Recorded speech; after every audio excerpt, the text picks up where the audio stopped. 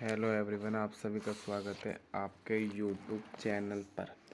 आज हम पढ़ेंगे क्लास 11 की फिजिक्स की पहली क्लास, जिसमें आज हम देखेंगे कि फिजिक्स में कौन कौन से चैप्टर हैं और कौन सा चैप्टर कितना मोस्ट इम्पोर्टेंट है। तो सबसे पहले हमारे सामने इधर रखा है चैप्टरों के नाम कि हमारे सिलेबस में कौन कौन से चैप्टर हैं और कौन कितना इम्पोर्टेंट है।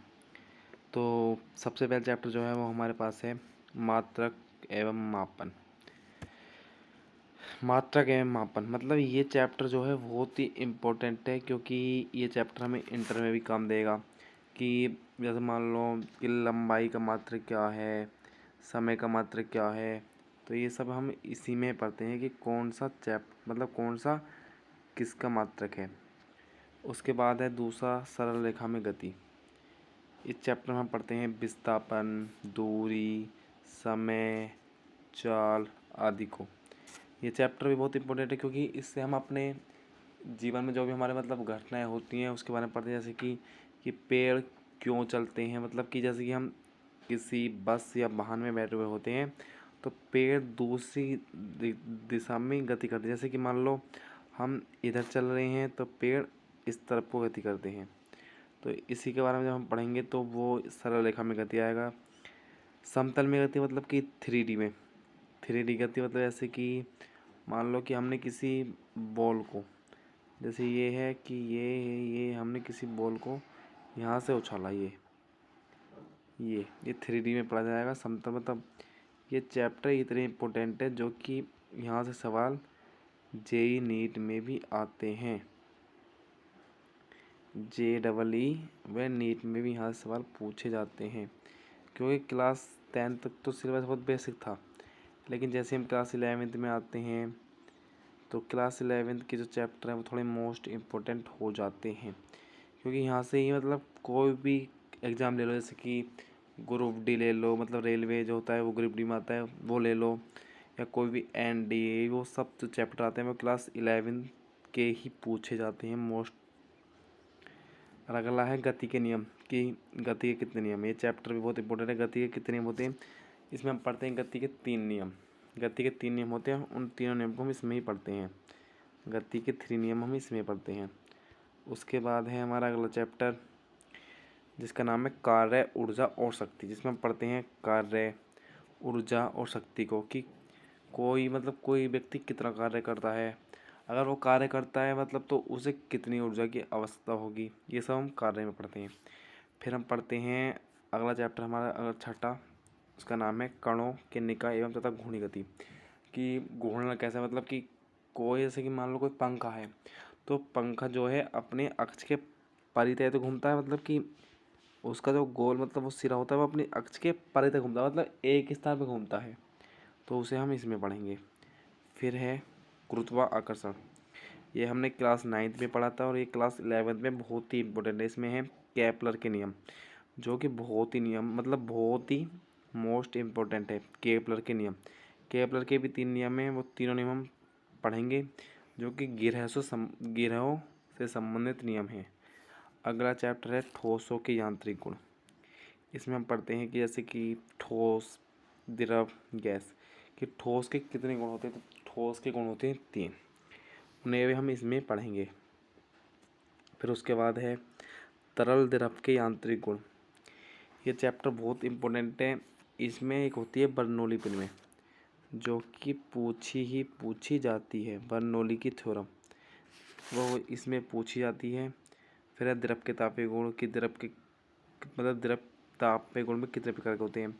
फिर है ऊष्मीय गति, अणुगति सिद्धांत, दोलन गति व तरंगे, मतलब तरंगे कितने प्रकार की होती हैं, अनुगामी तरंगे, अनुप्रस्थ तरंगे, ये सब तरंगे पढ़ेंगे हम। तो ये चैप्टर जो हैं वो हमारा मतलब कि पूरा सिलेबस जो होता है वो कितने नंबर का होता है। सिलेबस होता है हमारा 100 नंबर का। 100 में से 30 होते हैं प्रैक्टिकल के, ये 30 होते हैं प्रैक्टिकल के। अब बचे कितने नंबर, अब बचे 70। 70 में से हमें क्या क्या करना है, 70 में से 70 नंबर बचे नहीं हमारे। 70 में आती है थ्योरी, डेरिवेशन, न्यूमेरिकल, ये सब जो है 70 नंबर में पूछे जाते हैं कि इसका मात्रक कौन सा है। ये सब जो पूछे जाते हैं वो पूछे जाते हैं इसी 70 नंबर के अंदर। ठीक है, तो ये हमारे चैप्टर हैं और ये हमारी बुक में जो नंबर दे रखे हैं उनके नंबर दे रखे हैं कि कौन सा चैप्टर कितने नंबर पर है। ये सब पेज नंबर दे रखे हैं और ये इनके मात्र मतलब चैप्टर के नेम दे रखे हैं कि कितने चैप्टर हैं और उनके नेम। हमारी बुक में सारे जो चैप्टर है वो चैप्टर हैं 14। हमें पढ़ने हैं 14 चैप्टर। ठीक है, और 14 चैप्टर में से जो ये चैप्टर नंबर 7 तक हैं, चैप्टर नंबर 7 ये होता है बुक 1।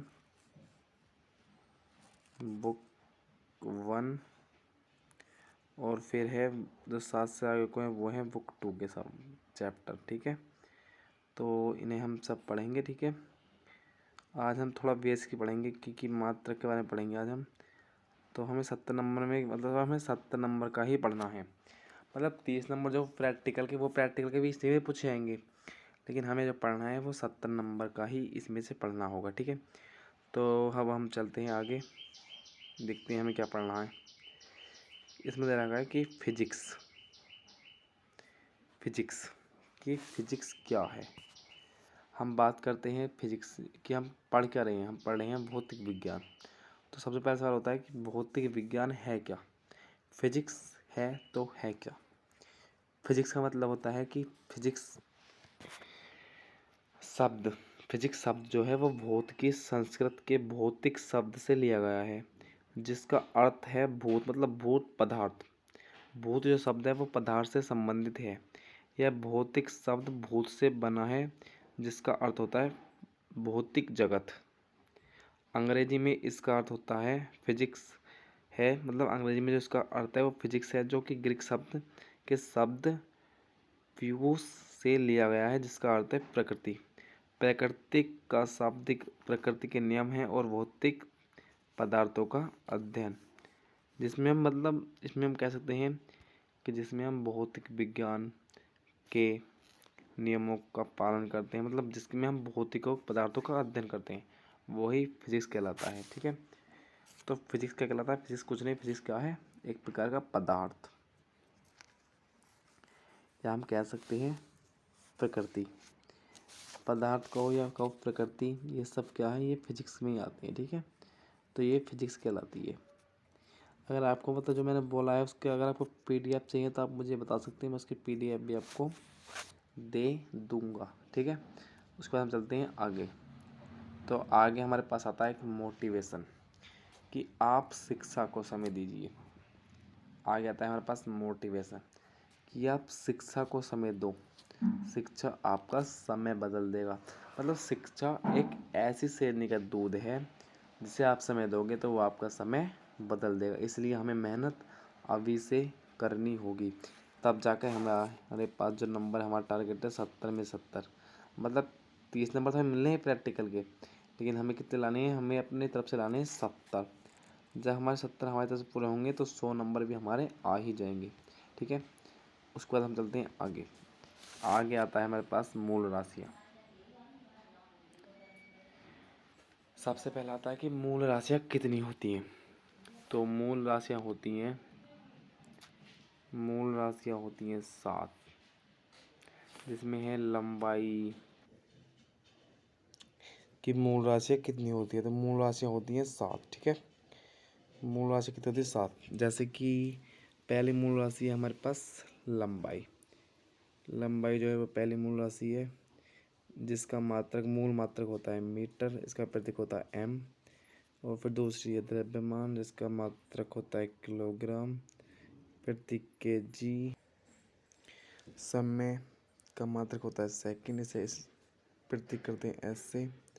विद्युत धारा का होता है एम्पियर, से ए से। ताप का होता है केल्विन, इसे करते हैं के से प्रदर्शित। ज्योति तीव्रता का होता है कैंडिला, इसे करते हैं सी डी से। और पदार्थ की मात्रा का होता है मोल, इसे करते हैं एम ओ एल से। ठीक है, तो ये मूल राशियाँ होती हैं। मूल राशियाँ, मूल मात्रक प्रतीक, मतलब कि मूल राशि कितनी होती है, मूल राशि होती है 7। ठीक है, और इनके प्रतीक ये हैं। ठीक है, उसके बाद हम चलते हैं आगे। आगे दे रखा है सिस्टम ऑफ यूनिट्स, मतलब कि मात्रों की प्रणाली। पे डाल दी, ठीक है। तो इनकी जो वो है 3, मतलब मात्रक होगा, मतलब मात्रक क्या प्रकार के होते हैं। इसका जो मेन वो है कि मात्रक कितने प्रकार के होते हैं। तो मात्रक होते हैं 3 प्रकार के, MKS, FPS और CGS, ठीक है। उसके बाद तो मतलब ये राशियाँ हैं, मतलब क्वांटिटी, ये यूनिट मतलब मात्रक है इनके, ठीक है। तो जैसे कि लेंथ, मतलब लेंथ का मतलब होता है लंबाई। तो लंबाई का जो MKS मात्रक है वो है मीटर। और जो FPS मात्रक है वो है फुट। और CGS जो है वो है सेंटीमीटर। फिर मास, मतलब मास का मतलब होता है द्रव्यमान। तो द्रव्यमान का जो मात्रक होता है वो MKS मात्रक होता है kg, मतलब किलोग्राम। FPS होता है फुट, मतलब पाउंड, फाउंड। और CGS होता है ग्राम। टाइम का जो होता है वो टाइम का तीनों में सेम होता है, सेकंड, ठीक है। तो ये कुछ मात्रकों की वो होती हैं। उसके बाद हम चलते हैं आगे। आगे दे रखा है हमारे पास है कि कुछ भौतिक राशियाँ हैं, उनके सूत्र दे रखे हैं, बीमाएँ दे रखी हैं, मतलब बीमीय सूत्र दे रखे हैं, ठीक है। तो ये है कुछ राशियाँ, उनके सूत्र और उनकी बीमाएँ और बीमीय सूत्र, ठीक है। तो सबसे पहला जो है हमारे पास है वो है क्षेत्रफल। इसमें दे रखा है, सबसे पहले दे रखा है क्षेत्रफल। तो क्षेत्रफल का जो सूत्र होता है वो होता है लंबाई गुणा चौड़ाई, और बीमा होती है L²। बीमीय सूत्र होता है ML² T²। ऐसी आयतन का दे रखा है, द्रव्यमान का दे रखा है, ऐसी आवर्ती का, वेगचाल का, त्वरण का, बल का, आवेग का, कार्य ऊर्जा का, शक्ति का, संवेग का, दाब का, प्रकृति का, ये सब मतलब 28 सूत्र दे रखे हैं। तो 28 आपको याद कर लेने हैं, इनसे आपकी फिजिक्स जो है वो स्ट्रोंग हो जाएगी, ठीक है। जैसे कि मान लो ये दे रखा है हमारे पास लंबाई।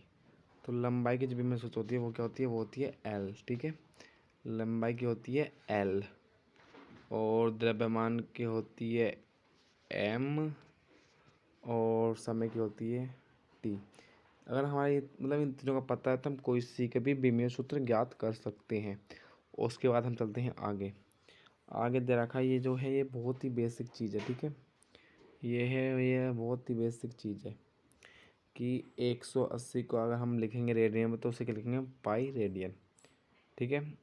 ये दे रखा है ये भी 1 डिग्री को अगर हम रेडियन में बदलेंगे तो पाई/180 रेडियन लिख देंगे। जैसे कि ये भी दे रखा है उदाहरण 45 को अगर हम रेडियन में बदलेंगे तो पाई गुणा 45/180। तो ये पाई/4 जो जाएगा वो रेडियन में हो जाएगा। जैसे कि 180 को हम लिखते हैं पाई, हाँ तो ये सब इसी के उसमें दे रखा है, ठीक है।